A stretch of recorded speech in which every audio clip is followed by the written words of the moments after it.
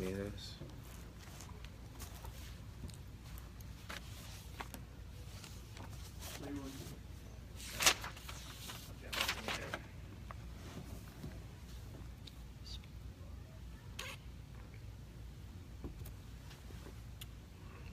You got something to write with?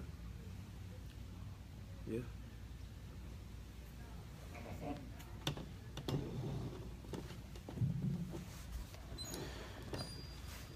بسم الله الرحمن الرحيم الحمد لله والصلاة والسلام على أشرف الأنبياء والمرسلين نبينا محمد وعلى آله وصحبه أجمعين اللهم انفعنا بما علمتنا وعلمنا ما ينفعنا اللهم زدنا علما إنك أنت عليم الحكيم اللهم اجعل هذه المحاضرة حجة لنا لا حجة علينا يا رب العالمين أما بعد. This is our second class in the book Kitab Salat, Zaad al-Mustaqni' min Sheikh Imam al-Hajjawi rahimahullah ta'ala. We reached Bab al-Adhani wal-Iqama. Bab al-Adhani wal-Iqama. Al-Adhan. Al-Adhan. So, in Islam, before we generally start a topic or a particular chapter, the scholars of Islam, they always give you two definitions: a linguistic definition and a technical definition of the word. So here, the word al-adhan, ما معناه في اللغة? يعني, what is the meaning of this word في اللغة, in the Arabic language? It means al-i'lan. It means an announcement, to make something known. قال تعالى وأذان من الله ورسوله. يعني إعلان, the announcement. إعلان, to make something known. وفي الشرع, we have something else. We have a legislative meaning of the word. A legislative meaning of the word. So the way it works is like this. In Islam, we have two definitions. We have a linguistic definition of a word, and then we also have a technical definition of the word. If we use when it comes to rulings in the religion, we always go with the technical definition of the word. So fi shara, in the Sharia, it says i'lamu bid-dukhul al-waqt. It's an announcement with the entrance of the time of the salat. Aw qurbahu li fajr, or close to fajr. Why would they mention close to fajr? Because in Al-Islam, it has also been legislated to make the adhan, or to call the adhan, before Salat al-Fajr. Not the adhan for the Salat, obviously, but maybe a person wanted to get up and pray Qiyamul Layla to the end of it. بِذِكْرٍ مَخْصُوصًا, with a certain ibarat, yani certain sentences, certain words are used when it's time to call the adhan. طيب. What's the ruling as it relates to the adhan and the iqama? Next, we'll mention the iqama. So first, we gave the definition of the adhan linguistically in the Arabic language, and likewise the meaning, a technical meaning. Now we're going to look at the word al-iqama. What does al-iqama mean? Al-aslu masdar aqama, to rise up, to come, or to make something come up. Fi shara, in the legislative meaning of the word iqama, i'lamun bil qiyami ala salat bi dhikri makhsus. It's also an announcement that the prayer is going to be established bi dhikrin makhsus, with specific ibarat, with very specific sentences. Wa fil hadith, an authentic hadith that was reported by Imam Muslim, and Nabi alayhi salatu wassalam, he said, al-mu'adhinun أطول الناس أعناق يوم القيامة. Those who will call the adhan, they will have the longest necks on the day of judgment. So then, Al-Mu'allif, rahimahullah ta'ala, the author, he starts off this chapter by saying huma, yani both of them, meaning the adhan and the iqama. Huma farada kifaya. The ruling as it relates to calling the adhan is that it is farad kifaya. Does anyone know what that means? What does farad kifaya mean? Does anyone know? Fadda. Obligation. Right. Well, what's fardu ain? What's the difference between fardu kifaya and fardu ain? Does anyone know the difference between the two?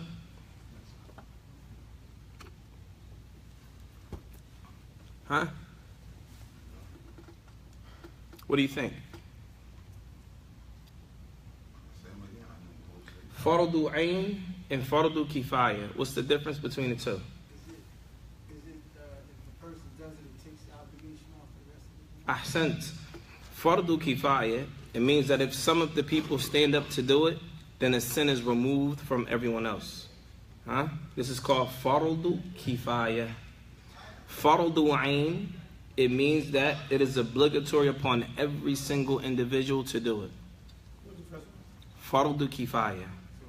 It's called a communal obligation. If we translate it, it would mean a communal obligation. As long as people in the community are doing it, then the sin is removed from everyone else. Fardu ain means it's every individual's obligation to perform it or to do that act. Is that clear? طيب. وهما فرض كفاية.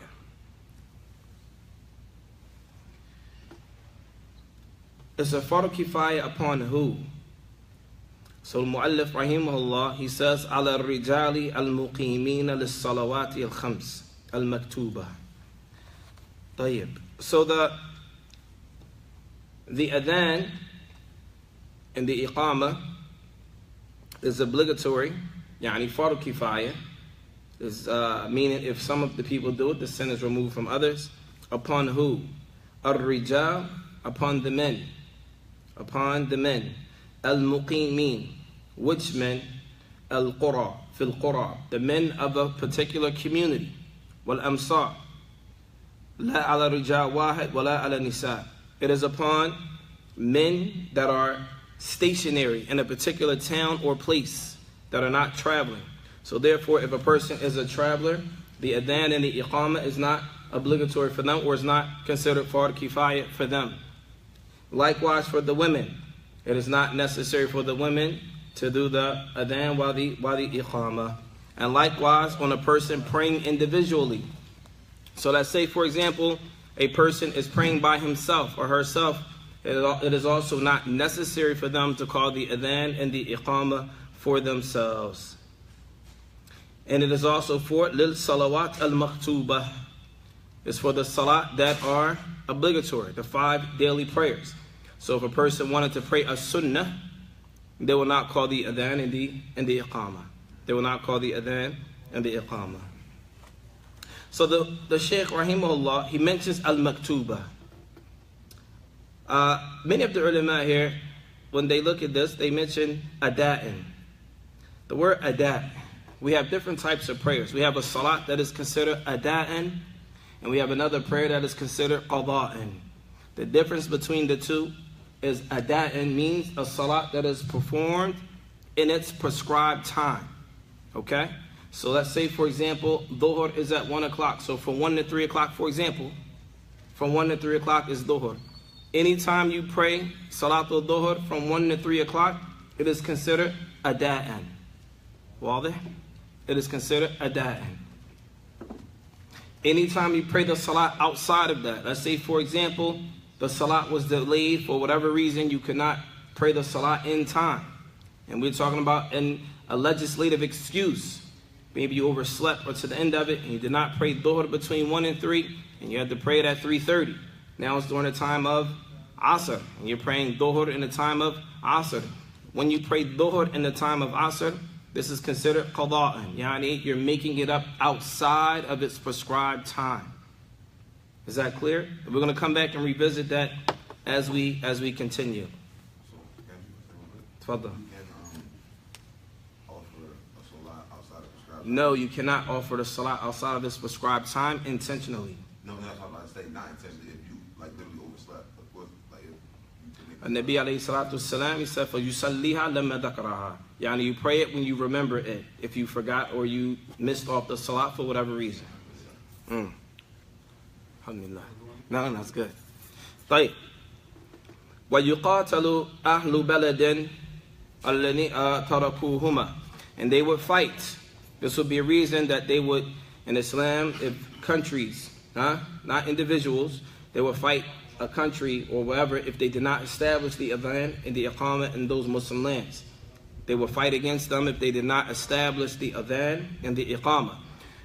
Both of them, yuqam min sha'ar al-Islam, from the rituals of the religion. These are firm things from the religion, the adhan and the iqamah. وَتَحْرَمُ أُجْرَتُهُمَا. And it is haram, according to the school of Imam Ahmad ibn Hanbal, it is haram to take a salary for calling the adhan. It is haram for taking a salary. So the ulama, they differentiate between taking money from Bayt al-Mal al-Muslimin. Bayt al-Mal al-Muslimin is a pool of wealth that the Muslims have in Muslim countries to pay for certain things that the ummah needs. Okay? La risqan min Bayt al-Mal. It is not impermissible to pay the mu'adhin from Bayt al-Mal. However, it is impermissible for him to get a salary for giving the adhan. Does that make sense? So let's say, for example, they want to give this person from the wealth of the Muslims a gift, for call, but it's not considered a salary, meaning every time I call it, you give me $50. Every time I call it, you understand? طيب.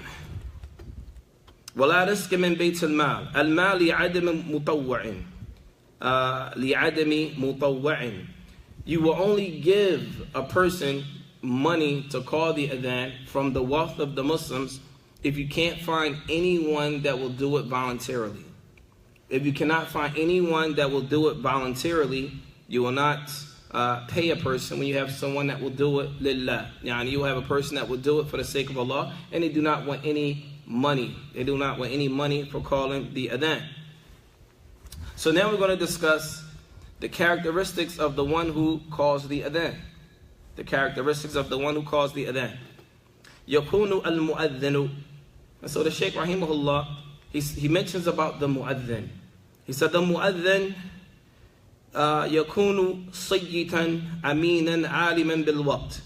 The first thing they say that the mu'adhin, he should be sayyitan, he should have a strong voice.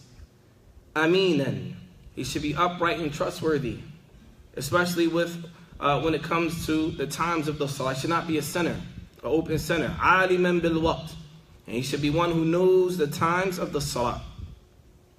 So now the next issue that the ulama discuss is, well, what if we have two people with the same characteristics? Suppose we have two brothers, three brothers, they all share in this regard. Is there a process in place to distinguish between them? Now, the ulama, they also put in place فَإِن تَشَاحَ فِيهِ إِثْنَانِ قُدِّمْ أَفْضَلَهُمَا فِيهِ. If it's two people and they're similar, they share similar characteristics, they share similar traits. When you have these two people, you put forward the one that is the best, in terms of the adhan. Then if you find you still cannot distinguish, they say ثُمَّ أَفْضَلَهُمَا فِي دِينِهِ. Then the best from among them in their deen. ثُمَّ أَفْضَلَهُمَا فِي عَقْلِهِ. Then you put the more intelligent one, the one that has the most intelligence between the two of them. ثُمَّ مَنْ يَخْتَارُهُ الْجِيرَانِ. So now let's assume that we still cannot distinguish between the two. So the next step is to pick the one that the neighbors believe is better. يعني يختاره الجيران. Al-Jiran are the neighbors, the community. They say, okay, well, we want this one. And then if you still can't pick, ثُمَّ قُرْعَةٌ. And the last thing the ulama, they mention is that you do a qur'ah. What is a qur'ah? A qur'ah is what? It's like, say, for example, I guess we can translate it, they put a person's name in the hat. And they pick the name out the hat. Whichever name comes up, that person gets the position. Is that clear? Qur'ah. Any questions about that so far? None? طيب. So now we're going to talk about what is the adhan. Does anyone know how to call the adhan? What do you say when you call the adhan? Does anyone know? Huh? The muazzin, mashallah. طيب. You don't have to call the adhan, but what do we have to say? I'm not going to ask. I'm going to ask somebody else. How many sentences are in the adhan? Does anyone know? Huh? 2 sentences in the whole adhan? The Allahu Akbar twice, that count, each time you say it, Allahu Akbar, that's one sentence. La, Allahu Akbar, Allah, that's 2 sentences. Oh, so each Allahu Akbar? Yeah, that's a sentence. Yes. I mean, I'll tell you the answer. You know.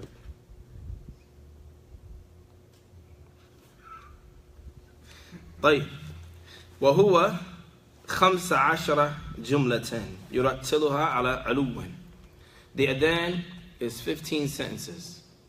It's 15 sentences. Does anyone want to say it and count it? Huh?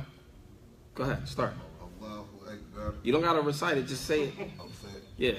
Allahu Akbar, Allahu Akbar, Allahu Akbar, Allahu Akbar. Ashhadu an la ilaha illallah.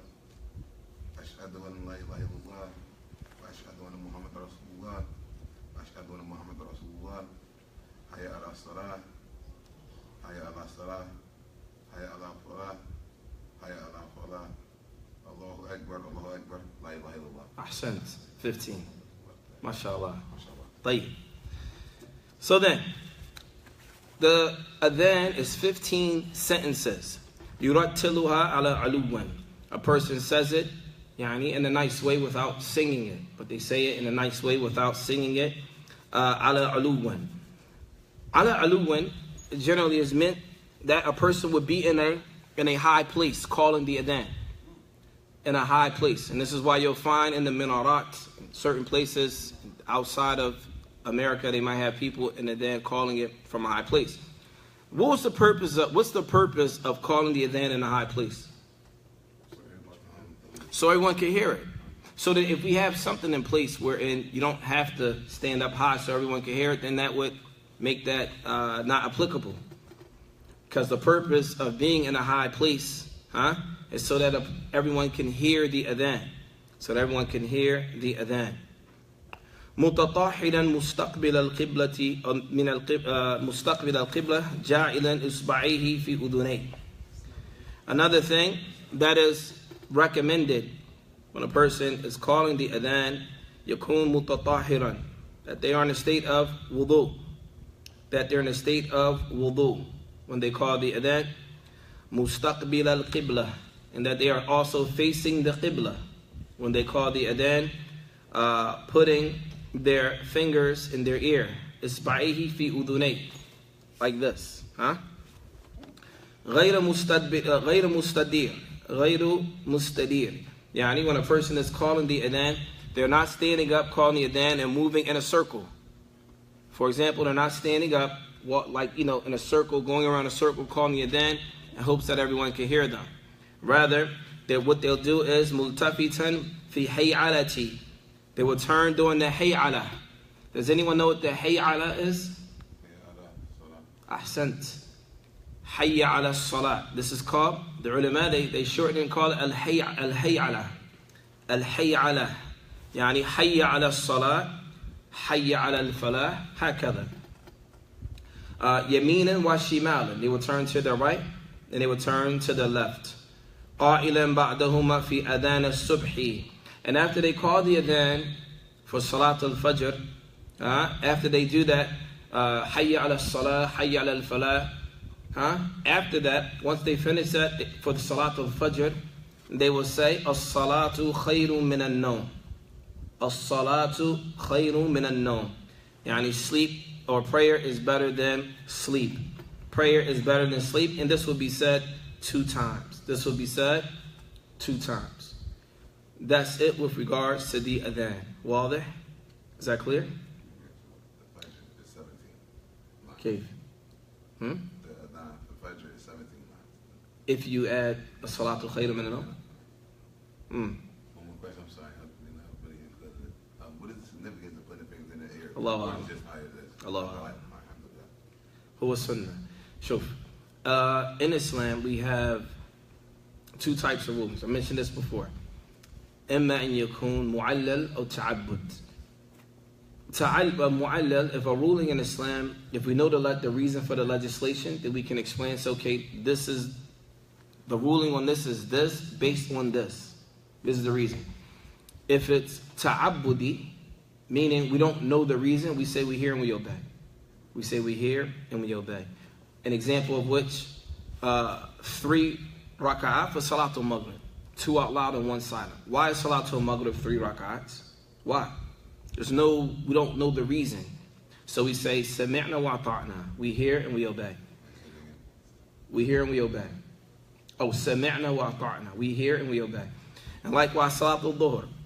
Why is Salatul Dhuhr and Asr 4 raka'at silent? Now, we don't know the reason. We don't know the reason for that legislation, but we hear and we obey. And the fact that we don't know the reason, we cannot make qiyas off of it. We can't look at that and compare it to something else, because we don't know the reason for the legislation. Right. So now we just finished the adhan. Now we're going to move on to the iqama. To the iqama. Huh? Al-iqama hiya 11 yahduruha. It's 11 sentences for the iqama. 11. Huh? Does anyone know? Fadl.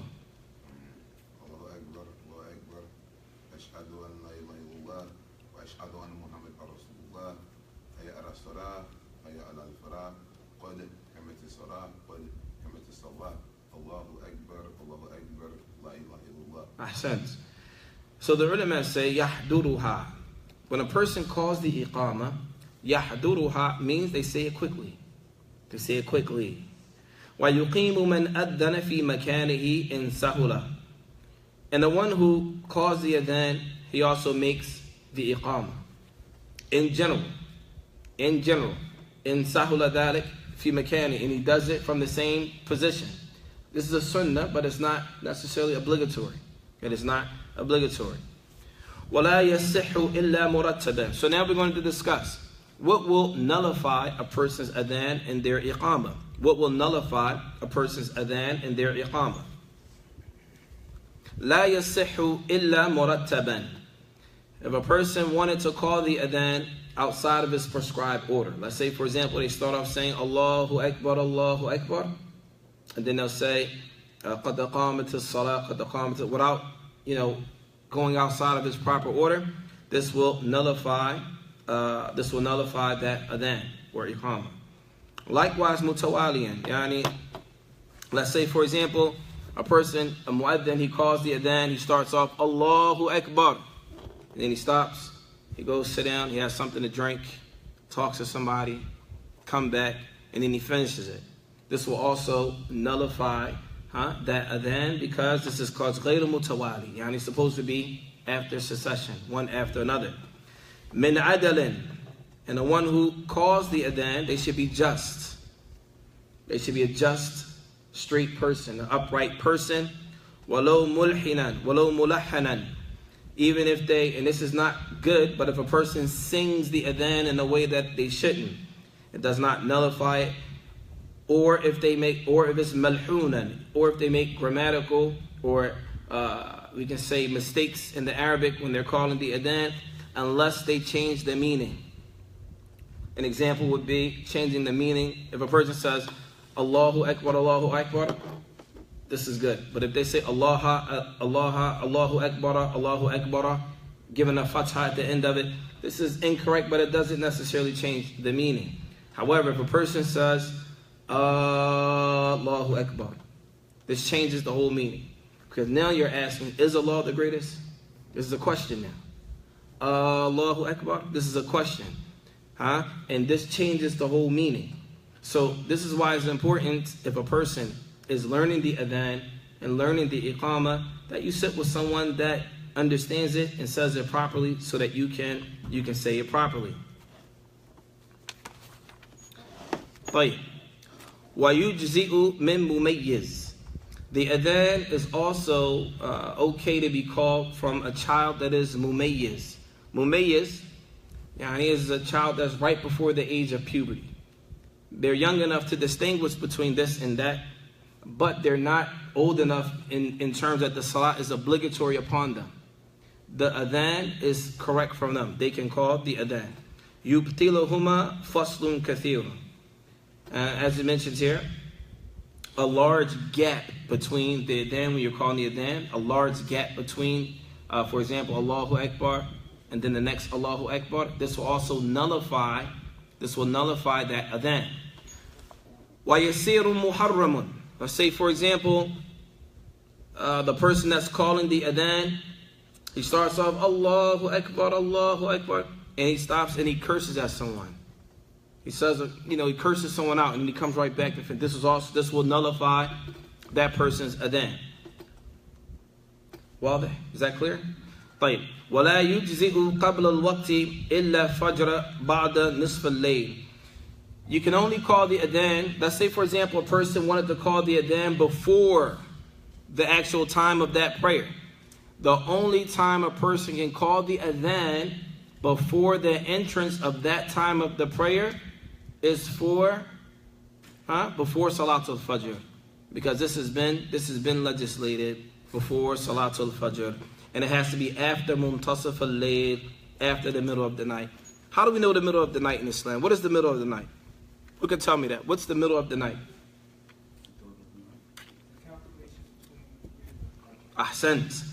The calculation between Salatul Maghrib and Salatul Fajr. Is that clear? The middle of the night in Islam is not midnight, 12 o'clock. La. The middle of the night is the middle between the time of Salatul Maghrib to the time of Salatul Fajr. You add that time together and divide it in half. That is Muntasaf al-Layl. That is considered the middle of the night. That is considered the middle of the night. Yeah.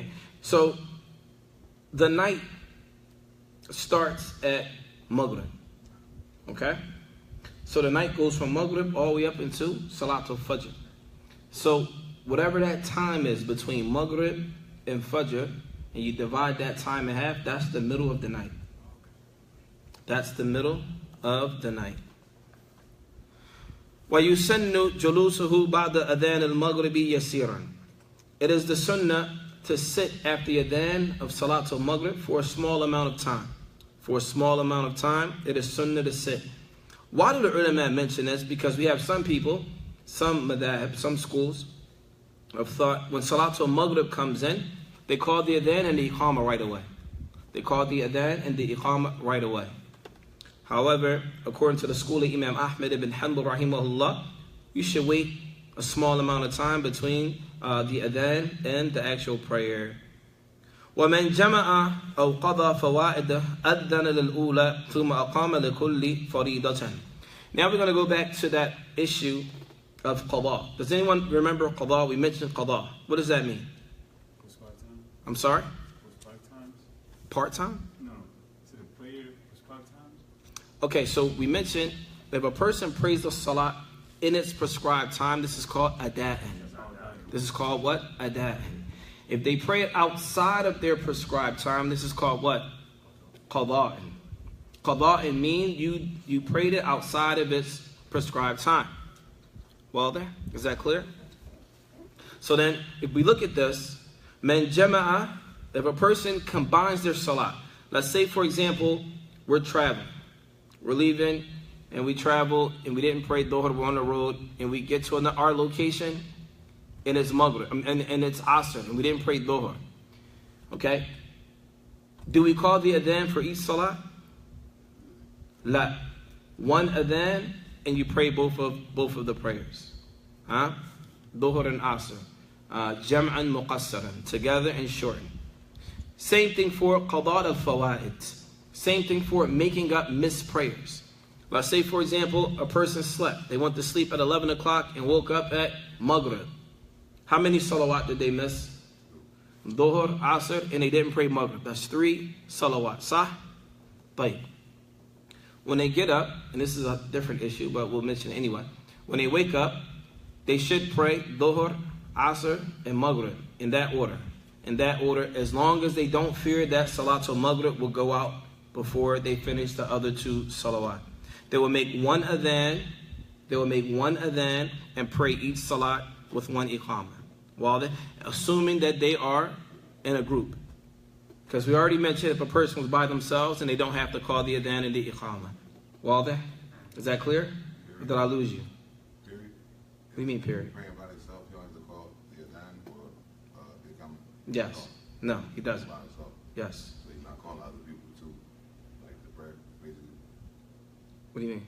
Because that's what the iqama and that's what the adhan, the iqama is for, right? To call the people to the prayer, right? So if you know you're praying, that's why you don't have to call it. Like, because you already know you're praying, you're not calling anyone to it with you. Is that the reason why? Yeah, that's what I'm asking. Allah. All right. Allah knows best. We're getting Huh? way over back. Yeah, but the reason for the adhan is i'lam, to let people know that the salat is in. Right? It's not legislated for a person to call the adhan and the iqama by himself. Right? It's not legislated for a person to call the adhan and the iqama by himself. However, if a person is in a group, if they're in a group, and they all missed the salat, they all overslept for whatever reason, then they can call one adhan and pray each salat with one iqama. Pray each salat with one iqama. طيب.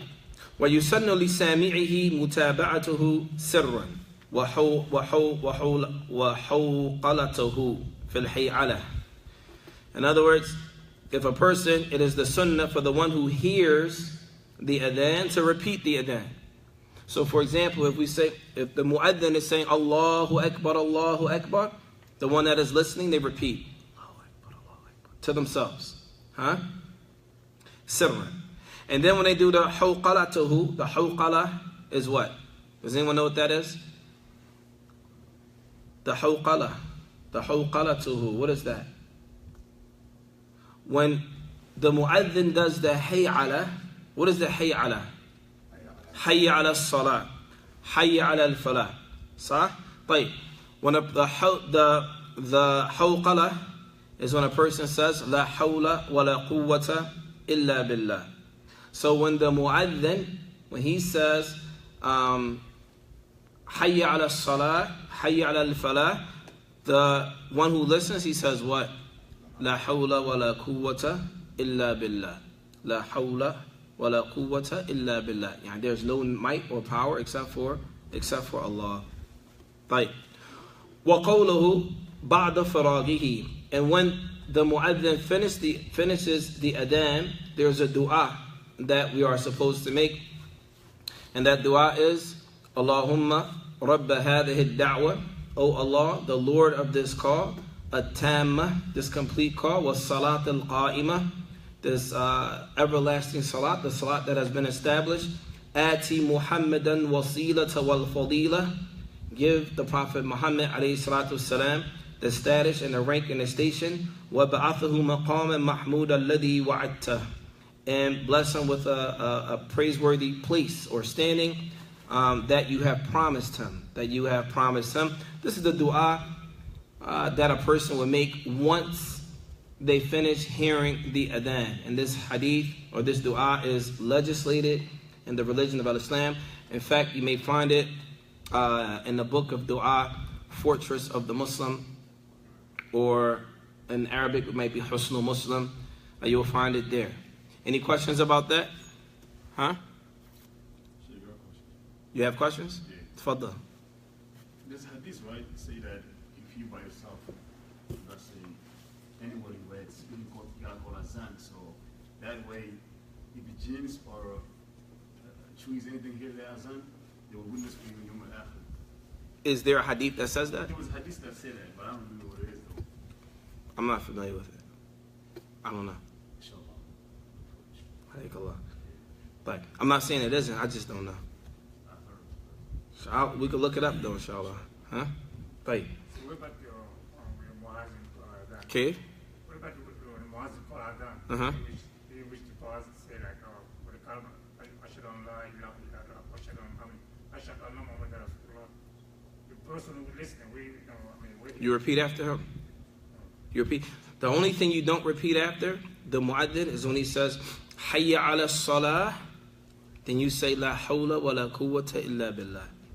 Okay? Hayya ala al-falah, the same thing, La hawla wa la quwwata illa billah.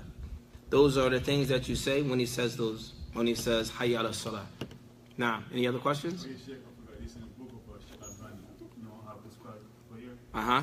Yeah, that hadith in there. Alhamdulillah. I learned from you. No, No. That's not bad. I'm not familiar with it, but we could look it up, inshallah. Right. Any other question? Huh?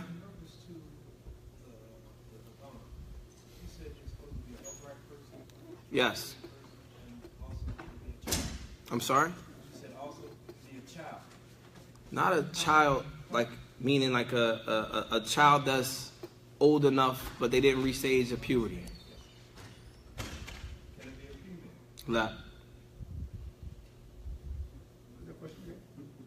He said, can women call the adhan? La. Right. So we're going to move on to the next chapter. We're going to get started with this, inshallah. Bab Shurut al-Salat. The chapter dealing with the conditions of the Salat. Is anyone familiar with conditions in Rukn? Have you guys ever heard about this? Conditions and pillars. Shurut and Arkan. Have you guys familiar with these terms? So Shurut al-Salat, Arkan al-Salat, conditions of the Salat, the pillars of the Salat. Do you guys know the difference between the two? Yes or no? Is there a difference? Huh? Between a condition and a pillar. Yes. What's the difference between a condition and a pillar? A pillar is something that if you don't have it, it can nullify the whole salat. A pillar is something that if you don't have it, you can nullify the whole salah. Jayyid. But what about a shart? What about a condition? It's something that has to be fulfilled before you actually begin the salat. Ahsant. Then the shurut, as the ulama of Islam, they explain it, a shart. A shart is, meaning it's a condition, right? A shart kharij al-ibadah. The shart is outside of the actual act of worship, wa mustamirra, and it's continuing all the way through the act of worship. Is that clear or no? All right. A shart or a condition is something that is outside of the actual act of worship, but it must be continued throughout that worship. Meaning once you don't have it anymore, you don't have the prayer anymore. Is that clear? What's an example? One of the shurut of the salat is the wudu. Wadih? The shurut, a wudu is not part of the salat itself, is it? La, it's not. But you must maintain that condition all the way through your salat. Otherwise, your salat will be what? Nullified. A arkan or a rukn. A rukn, what is it? It's inside of the actual act of worship, meaning it's inside of the salat, but it's ghayru mustamirra. However, that rukn or that pillar is not always present in the salat. Does that make sense? I'll give you an example, like the takbir al-ihram. The takbir al-ihram, meaning when you first start the salat and you say Allahu Akbar, this is a rukn. Do we do this all throughout the salat continuously? La. Like qiyam, standing for the salat. This is inside of the prayer, but it's not continuously done all throughout the salat. Is that clear? So then, a rukn or a pillar in the religion is dakhilul ibadah, yani it's inside of the actual worship, meaning the salat. However, it's ghayru mustamir. However, it doesn't continue throughout the prayer. Meaning, it's not like wudu, where you have wudu throughout the whole salat. It's not like you're making takbir continuously throughout the salat. You're not saying Allahu Akbar 1,000 times in a salat. You're not doing that. You're not standing because we have parts of the salat. We go into ruku', we go into sujood, and like this. So then, are we clear on the two differences between a condition and the rukn? Is that clear? If it's not clear, stop me, because we're going to talk about something else that's going to be building on top of that. So that's clear. Right. So the next question is there a difference between something that is fard and something that is a rukn? Yes or no? If I say to you, this is a rukn. How many times have people heard this? This term rukn, the term fard. You heard this before, right? Okay. Are they the same, a fard and the rukn? They're not? Right. What's the difference? One is has to be done, and the other one's like a sunnah. La. La. Is there a difference? You said rukn is condition. A rukn, which is a pillar, and a fard, which means, if you translate, means wajib. In essence, they mean the exact same thing. In the jumhur, the majority of the ulama of the salaf, they all say that a rukn and a fard, they mean the exact same thing. However, and the reason why we're going to mention this, because some people may have read certain things from certain scholars and they get confused. What the ulama do differ on a fard and the word wajib. Fard and wajib. There's a difference between the two. The ulama of usul al-fiqh, they distinguish between both of them. So, according to Imam Ahmed, Imam Shafi'i, and Imam Malik, they all say that a fard and wajib, they mean the exact same thing. So if you read any books, let's say for example, some books that are translated, summarized fiqh from Sheikh Salat al-Fawzan, if you see the term fard and wajib, they generally mean the same thing. If you see any books translated, for example, Imam Malik, I don't know what's translated, like maybe Mudawwana or something like this, well, not Mudawwana, but Al-Muwatta, Imam Malik, some books of Imam Shafi, for example, you might see them translated, and then they will all say fard, wajib, they mean the same thing. The problem comes in for those who are familiar with the school of Imam Abi Hanifa. Imam Abi Hanifa, he distinguishes, and this is something that is very intricate. They distinguish between something that is wajib and something that is fard. They make a distinction between the two, and it's very daqiq, it's very the way they define the differences is very unique. They say, according to Imam Abi Hanifa, they say anything is called they call anything that's fard, it has to be qat'i thubut. And what this means is they have to establish that particular thing in the Quran. If you find that thing in the Quran, then it's considered fard. If you find that thing in sunnah mutawatirah, meaning if it is a hadith that is no possible way that this hadith could be fabricated, then in this case, they consider it a fard. Is that clear? Did I lose you? I lost you? All right, let me go back in reverse.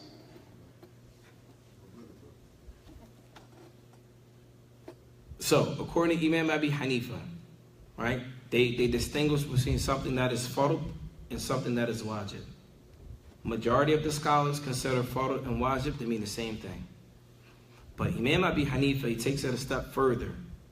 So this is why if you find people that follow the school of Ahnaf, they may look at things a little differently. They'll say something is fard. What make them use the term fard as opposed to the term wajib? Why? Fard with them is a stronger position than something that is wajib. If they say something is fard, then they take it more seriously than something that is just considered wajib. Why? The reason is because whatever they say is fard, you find it in the Quran, and you find it in a hadith that cannot be that hadith al-mutawatir, hadith that you cannot say that is possibly fabricated. Okay? Whereas the term wajib with the school of Imam Abi Hanifa, then these are a hadith that is possible that some of them may be fabricated. So therefore, if you ever find any works of Imam Abi Hanifa, if they say something is fard, that means that they found it in the Quran, or they found it in certain ahadith that cannot be debated. Whereas if they say something is wajib, then they may find it in some ahadith that may be questionable. You may say, okay, some scholars will say it's authentic, and some scholars will say it's not authentic. Well, that's as simple as I can explain it. Any questions about that? Right. So then, the shurut al-salat, the conditions before the salat, before we pray. Shurutuha qablaha minha al-waqt. Shurutuha qablaha, the conditions of the salat before the salat. The conditions in order to pray before we actually start praying. There are two things that are usually mentioned, but they never mention it when the ulama talk about conditions or something. But these are always conditions that must be filled, but the ulama never mention it. The first thing is al-Islam.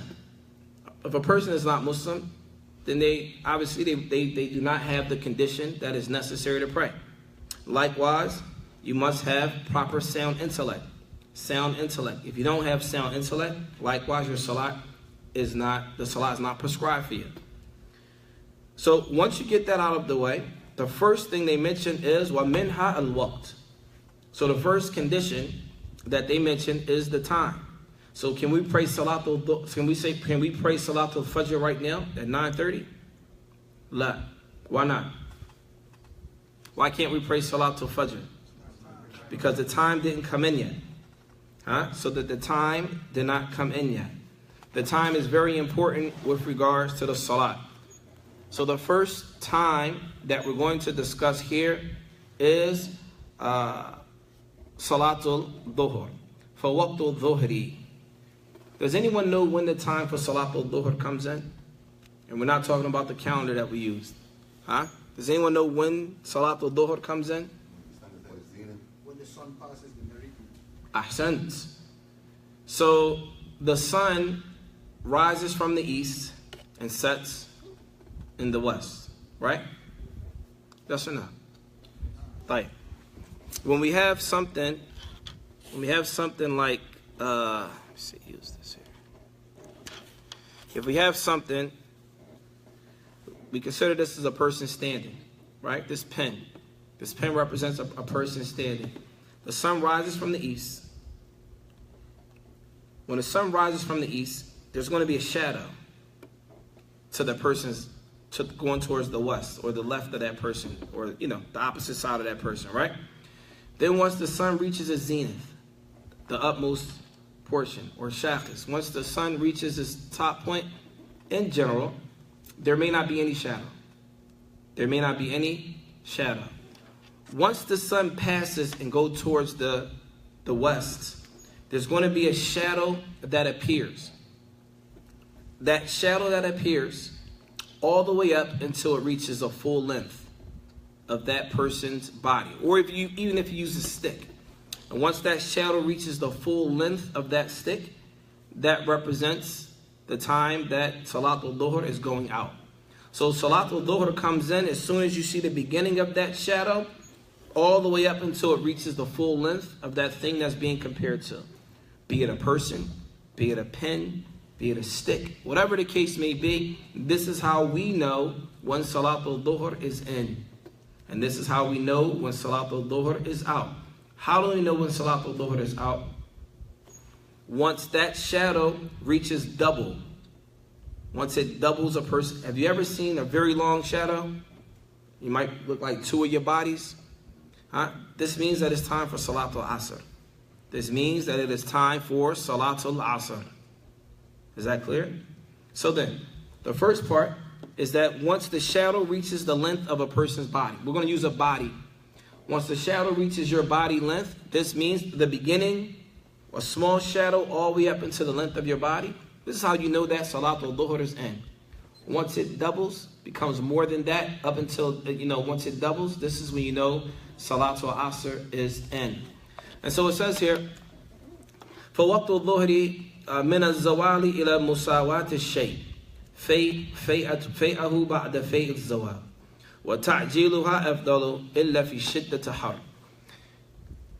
Speeding up and praying Salatul Dhuhr is the best.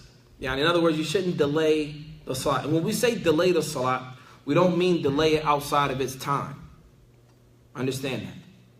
When people, because I've noticed, I hear some people say you're delaying the Salat, you have to pray quickly.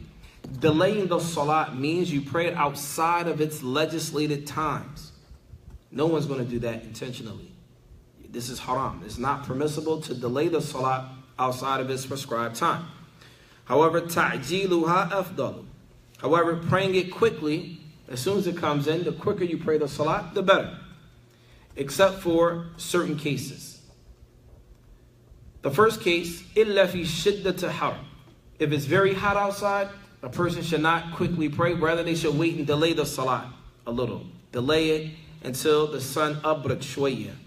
As Nabi alayhi salatu salam mentioned, في الحديث أبردوا بالظهر. يعني wait until it becomes cooler to pray the dhuhr prayer, if it is very hot. وَلَوْ صَلَّى وَحْدَهُ أَوْ مَعَ غَيْمٍ لِمَنْ يُصَلَّى جَمَاعَةً. And another case is that if a person is praying by himself, he can wait. In that case, أَوْ مَعَ غَيْمٍ لِمَنْ يُصَلِّى جَمَاعَةً. So let's say, for example, we're in the masjid, Salat al-Dhuhr, the weather is bad. Yeah, it's cloudy or whatever. We can't see, it's cloudy outside, it's time for Dhuhr. Then in this case, it's recommended to delay the Salat. Not delay it outside of its time. Delay it towards the end of Salat al-Dhuhr. You pray it while it's still in Dhuhr, and then everyone waits around for Asr to come in, and then they pray Asr, and then they leave. This is if it's cloudy, and so on and so forth. However, I haven't seen anyone implement this, but this is also, as many of the ulama mentioned with regards to that. Any questions about that? You look confused. Is that how can that be synchronized with performing two salat after each other as it relates to like when it rains or something to that effect? Say that again. I'm sorry. Delaying, you say delay. If I get you correctly, you says delaying the salat until it's within its time frame. Right. And then right after its time frame, then the next prayer is called. So can that be equated with like for example when the weather is bad, you pray Maghrib and then after that? No, FIFA. There's a difference. And what you're talking about is in bad weather. Bad weather meaning raining very hard, as many of the ulama mentioned, yubalil al-thiyab. When it rains so hard that it causes the garments to become drenched. And that's another topic that we'll discuss later. However, I'll briefly hit on it now. The issue of rain and combining the salat. Here in this city and other places, people combine the salat if it's drizzling. Even if it's a speck of rain, people combine the salat. This is an issue that, the issue is not the permissibility of combining the salat. That's not the issue. The issue is when can you combine the salat due to the weather. Many of the ulama, the reason they say that this is also mu'allal, meaning the reason for its legislation is known. The reason is because it could be dangerous, so on and so forth. So, if a person combines the salat, let's say they combine Maghrib and Isha. If they combine the salat, many of the ulama will stipulate that the rain yuballil al-thiyab. And you find these terminologies in the books of the Salaf. When they say yuballil al-thiyab, it means that it drenches your garments. It soaks, you're soaking wet, it's soaked, not drizzle. Drizzle, rubbama ma yuballil al-thiyab. If it drizzles, perhaps it doesn't drench your garment, it just specks of rain. So the ulama that hold the position that yuballil al-thiyab, they say because the reason why they're combining the salat is because it's dangerous. Perhaps a person could be walking and the rain fall or, so on and so forth. So that generally would refer back to the imam or whoever is leading the salat. And one of the things that I would mention in cases like that is if the weather is bad enough, let's say, for example, some people might go to certain masjids in the city because they know as soon as there's a speck of rain, they're going to combine. So you're laughing because you already know. I'm going to go to Masjid Fulan because as soon as I see a speck of rain, they're going to combine. Right? But the purpose of this combination of the salat or the combining of the salat is to remove raf al-haja, al-haraj, raf al-haraj, to remove difficulty from the people. So then I ask those brothers, if you combine the salat, is it going to alter anything you would normally do during this day? Let's say, for example, if it was a storm outside, it's raining very hard, it's snowing, it's going to alter your day. You might not go out that day. You might look to stay in the house more. You might, right or wrong. Right. If it's drizzling, is that going to alter your day in anyone? No. If it's drizzling just a little, are you going to change what you had planned that day? Is it even going to get going, unless you were planning on going swimming, is it going to alter anything that you were planning on doing that day? For the most part. No. So So some of the ulama, they mentioned about this, don't be easy with this issue to the point where you combine just for every little thing. Now, mind you, this is an issue of, it goes back to the imam or whoever's leading the salat, because there are positions on both sides. Some say even if it's a speck of rain, to combine the salat. Allahu alam, I lean more towards janib al-hadr. I lean more towards the side of being cautious with regards to that. Living in the Mamlaka for a long time, in Saudi Arabia for a long time, and there you have ulama sunnah, ma'ruf. Like, and I don't remember any time we combined the salat, period, yet alone for drizzling. And I'm not saying that combined the salat is not permissible, rather it's a sunnah. It's a sunnah. However, the conditions have to be met, and some ulama are a lot more stringent with regards to those conditions. They're not as easy with regards to that. And Allah Ta'ala A'lam. And we're going to stop with that, inshallah.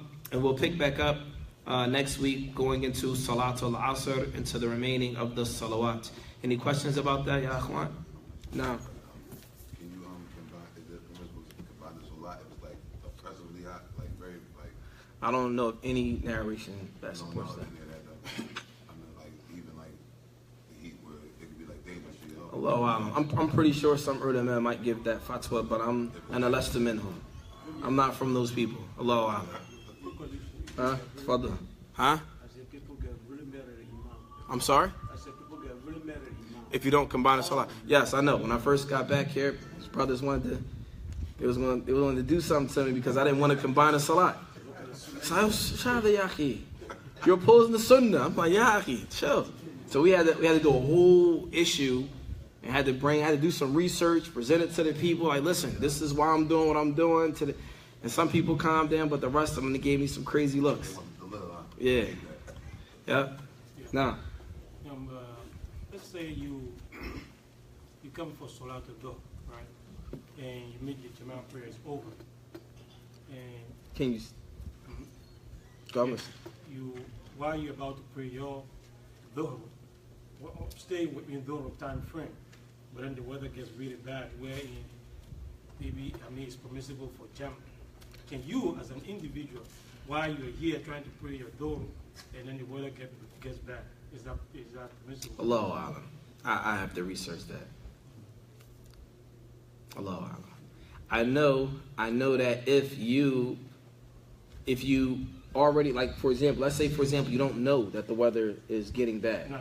And you pray and you say, can I go back and pray again because the weather's bad and combine? That's a definite no. Before you even do your own Dhuhr. Yeah, Allahu A'lam. Sheikh, I think somebody had alluded that the Prophet ﷺ, that he combines sometimes For no reason. Nah, fi asbab. There's reasons for that some of the ulama discuss. It's a long topic. We can discuss that though when we get to that point, because I guarantee you when we get to shorten the salat and combine, it's going to be a lot of questions. It's going to be a lot, and we'll deal with that in detail, inshallah. Nah, fadl. You have to, if you are combining the salat, like you said, the salat al-Dhuhr and Asr, right? You have to make the niyat before you Ahsant. So many of the ulama, they mentioned if you are combining the salat for the weather, for inclement weather, then the intention should be in the beginning. Yani the imam, before he actually prays, his intention should be to combine the salat. Not he prays dhuhr, everyone leaves, let's come back in and combine. La. Rather, if you're going to combine the salat, the niyyah should be present in the beginning. The niyyah should be present in the beginning, and Allah knows best. Tafadhal. What if before you guys start praying, and praying after the Salah, you guys see, found out it's raining? Like After you started praying? Yeah, right after you finish praying. Oh, we just mentioned that. We just mentioned that. I'm saying, without me, without the Imam took it like So if you take the position that the intention must be present prior to combining the salah, then here in that person's intention wasn't present prior to him praying to combine. So if you take that position that you cannot combine the salah due to bad weather unless you have that intention initially before you start that first prayer, then you can't do it. Based on that. Based on the intention. And Allah knows best. Now, State of fear. Allahu Alam. We'll come back to it. No. Listen. MashaAllah, I have to do some muraj. I have to review that because Salatul Khawf is a specific type of salat that you pray. Praying Salatul Khawf is a specific type of prayer. It's a whole different prayer altogether if a person's afraid. Now, I mean, go back to my question. I'm saying sometimes the imam might be in office, you know. I'm sorry? The imam, he might be in office. Mm. And then, all of a sudden, you just start praying. So The what? I'm sorry? I mean, we start praying. Okay. Zohar prayer. So he's in office. He don't know if it's one in or not. So, right after we finish prayer, that Zohar prayer, and then, we see like it's raining like crazy. You just said that, Sheikh. But you asked the same question the third way. You asked the question. Listen, you asked the question first. And he said, "Wait, you didn't like that answer. I'm gonna come and ask it this way." No. Because on your topic, you said if it's like a chosen, I mean, you're not allowed to, combine. So he said like if you feel like it's gonna be like wet, so you don't. So if you feel like it's gonna be wet, but you don't know if it's gonna be wet. No, I mean, no. It's good. I was in the masjid one time. They combined the salat, didn't rain, but they thought it would rain.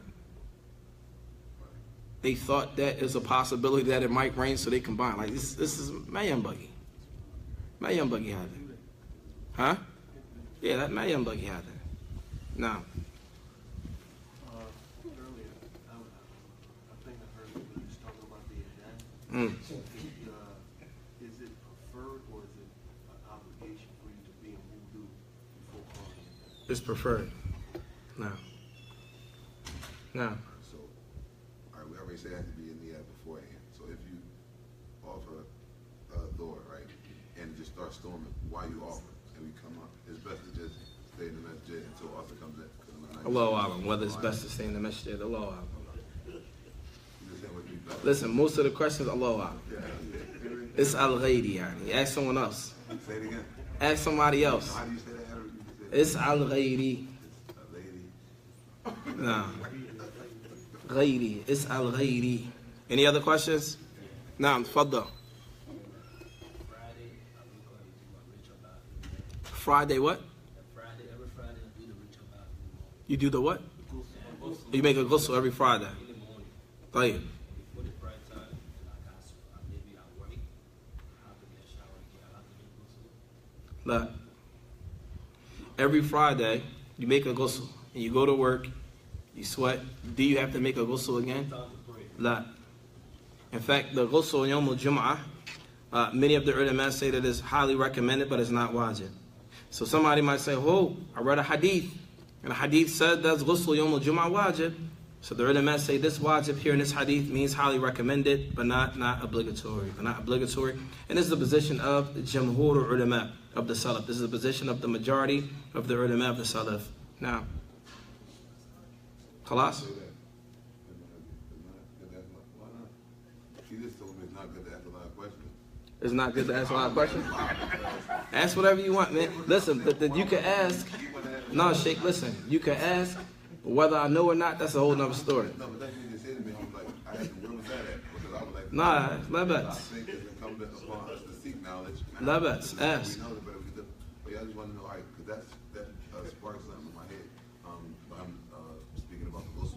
Now, the ghusl is just prescribed for Jumu'ah prayer or period. Like, all right, say, because I know the day starts after Maghrib, right? Tonight, Maghrib, we usually go to the next day.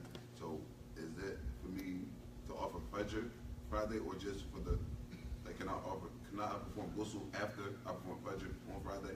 Yes, you can offer. You can make ghusl. You can. No, I know I can. You can make ghusl right before Jumu'ah if you want. Okay, now that's what I was asking. Okay, so my Friday Fajr is still good.